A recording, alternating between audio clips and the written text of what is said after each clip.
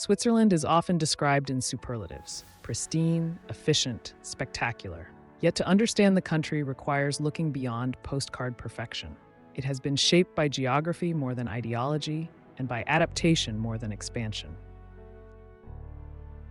At the heart of Europe, yet historically apart from it, this federation of valleys and plateaus, mountains and lakes reflects a landscape that has demanded cooperation for survival.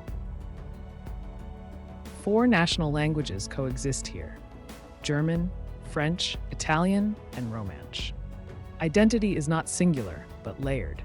The Alps divide and protect, rivers connect and nourish, and cities thrive in the spaces between. Zurich is Switzerland's largest city, but it is not its capital. Instead, it serves as the country's economic engine and intellectual laboratory. Situated at the northern tip of Lake Zurich, where the Limmat River flows toward the Rhine, the city occupies a strategic crossroads between alpine terrain and European trade routes. In the Middle Ages, Zurich was a free imperial city within the Holy Roman Empire. During the 16th century, it became a center of the Protestant Reformation under Huldrych Zwingli, shaping not only theology but civic life and education. Today, Zurich is synonymous with finance. Swiss banking evolved from political neutrality, stable governance, and a tradition of discretion. Yet the city is not only a vault of capital, it is also home to ETH Zurich, one of the world's leading scientific institutions, where Albert Einstein once studied. Research in engineering, robotics, climate science, and biotechnology continues to shape global innovation. The city's economic profile extends beyond banking. Technology startups cluster in renovated industrial zones. Pharmaceutical research, insurance, and advanced manufacturing maintain strong presence. But Zurich is not defined by industry alone. The Old Town unfolds in narrow medieval lanes beneath the twin towers of Grossmünster. Along Lake Zurich, residents swim in river baths during summer, a ritual blending urban life with nature. Zurich balances precision with delight. South of Zurich, Lucerne rests between lake and mountain, framed by Mount Pilatus and Mount Rigi. Lucerne occupies a foundational place in Swiss history. Nearby cantons formed the early Confederation in 1291, an alliance built for mutual defense against external powers. Geography demanded unity. Isolation required cooperation. The city's wooden chapel bridge, dating to the 14th century, is both symbol and survivor, a reminder of medieval trade routes that passed through this region. Tourism now anchors the local economy, attracting visitors for lake cruises, mountain railways, and winter sport. Beyond its scenic appeal, Lucerne also embodies the nation's engineering ingenuity: tunnels, bridges, and cogwheel trains that transform steep terrain into accessible passage. From Mount Pilatus, the logic of the country becomes visible. Lakes carved by glaciers, dense forests, and peaks rising in disciplined succession.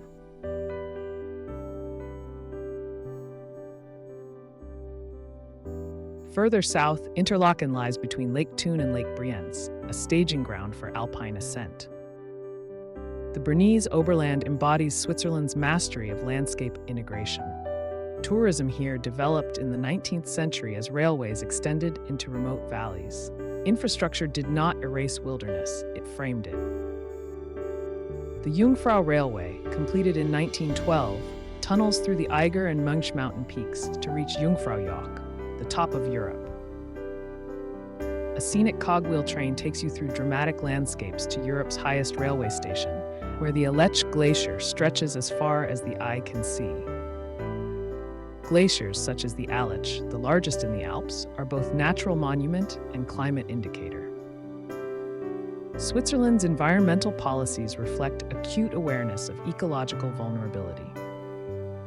Skiing, mountaineering, paragliding, adventure tourism thrives, yet it does not overstep.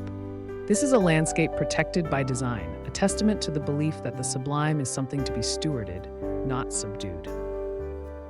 This same spirit of restraint flows from the summits down into the valley, where the emerald waters of the Aare embrace the nation's heart. Bern, the federal capital, curves within a loop of the river. Its sandstone arcades, fountains, and medieval clock towers speak to continuity rather than grandeur. Switzerland's political culture mirrors this aesthetic: understated, durable, consensus-driven. The Federal Palace houses a unique system of governance. Switzerland's 7-member Federal Council operates collectively without a dominant executive figure. Power rotates. Direct democracy remains central. Citizens regularly vote in referendums, shaping policy from infrastructure to healthcare. Political stability has become an economic asset. Bern reflects the Swiss preference for balance, tradition alongside incremental reform. Embedded within this political culture is one of Switzerland's most enduring legends, Wilhelm Tell. According to medieval accounts, Tell was a marksman who defied the authority of Albrecht Gessler, a bailiff representing the Habsburgs, a powerful dynastic family that controlled vast territories across Central Europe, including what is now Austria. In the late 13th and early 14th centuries, the Habsburgs sought to consolidate influence over the Alpine regions, asserting feudal control over communities accustomed to local autonomy. Tell's refusal to bow before Gessler's hat, a symbol of imperial power, led to his famous punishment. He was ordered to shoot an apple from his son's head. He succeeded. Concealed on his person, however, was a second arrow intended for Gessler had the first shot harmed his child. The legend culminates in Tell's escape and the killing of Gessler, an act said to have helped spark resistance against Habsburg rule and strengthen the early Swiss Confederation. At the tri-border junction of Switzerland, France, and Germany lies Basel, outward-looking and intellectually vibrant. The Rhine flows through its center, historically enabling trade that connected northern Europe to the Mediterranean. During the Renaissance, Basel emerged as a center of humanist scholarship. The Dutch philosopher and theologian Erasmus, one of Europe's leading intellectuals, lived here, editing classical and religious texts that shaped scholarly thought across the continent. His presence strengthened the city's reputation as a hub of learning and publishing. In the modern era, Basel has become a cornerstone of Switzerland's pharmaceutical and life sciences industries. Global firms such as Roche and Novartis maintain headquarters here, reinforcing the country's prominence in biotechnology and medical research. Alongside scientific leadership, cultural influence has flourished. Art Basel, one of the world's leading art fairs, underscores the city's artistic reach. Museums such as the Foundation Baylor reflect investment in dialogue and experimentation. Basel shows how border proximity can foster openness rather than fragmentation. To the west, Geneva turns the nation outward toward international diplomacy. Set along the shores of Lake Geneva, Lac Léman, its waters held between the Alps and the Jura, the city conveys a quiet, deliberate elegance. From the harbor rises the Jet d'Eau, a 140-meter plume of water that has become its defining emblem, a vertical accent set against a backdrop of mountains and open sky. International organizations, including the United Nations and Doctors Without Borders, operate here. In this same spirit of mediation and moral stewardship, the International Committee of the Red Cross was founded in the city, embedding humanitarian principles into the national identity and projecting them far beyond its borders. Complementing diplomacy and humanitarian leadership, another form of influence emerged through craft and industry. Watchmaking flourished here, evolving from meticulous artisanal tradition into a global luxury enterprise. Precision became more than technique, it became a cultural signature. In Geneva, one sees how a nation modest in scale can exercise an influence that is quietly expansive. A short train ride away, Montreux unfolds gracefully along the lake's edge. Backed by the Alps, it carries a Mediterranean softness, its flower-lined promenade inviting an unhurried pace. From Montreux, the lakeside journey continues westward to Lausanne. The city blends athletic prestige with intellectual vigor, serving as home to the International Olympic Committee and earning its distinction as the Olympic capital, a place where sport diplomacy intersects seamlessly with education and research. Above the lake stretch the terraced vineyards of Vevey, cultivated since the Middle Ages. Wine production remains economically modest but culturally significant, Chasselas grapes reflecting the mineral clarity of the region. Lausanne embodies French-speaking Switzerland's blend of refinement and intellectual vitality. Few images capture Switzerland more vividly than the mighty Matterhorn. Towering over the quaint village of Zermatt, this legendary peak has drawn climbers and adventurers for centuries.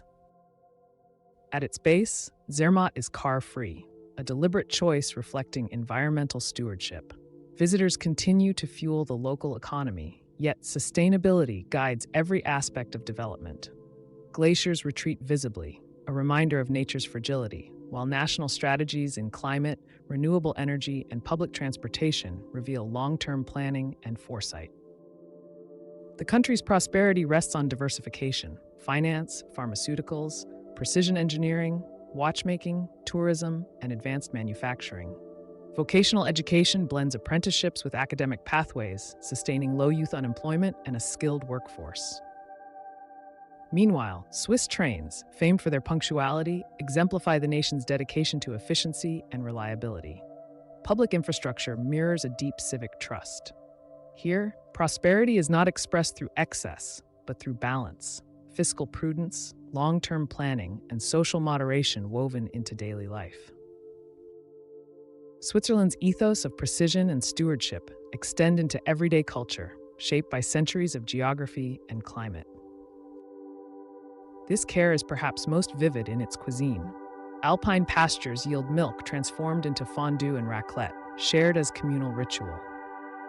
Chocolate, perfected in the 19th century, became a global symbol of craftsmanship. In these traditions, one senses the nation's values: patience, precision, and harmony with the environment, distilled into daily practice. It is neither solely alpine sanctuary nor purely financial stronghold. It is a federation built on compromise, where mountains enforce humility and diversity requires dialogue. To understand Switzerland is to recognize a society that has turned constraint into coherence, crafting stability from terrain and identity from plurality. A country at the center of Europe, yet confidently its own. If our exploration has deepened your perspective, we invite you to continue the journey with us. Athena World Journey is not about destinations alone, but about the forces that shape them: geography, history, culture, and the quiet systems that sustain modern life. Subscribe and join us as we examine the world with curiosity, context, and conversation. Thanks for watching.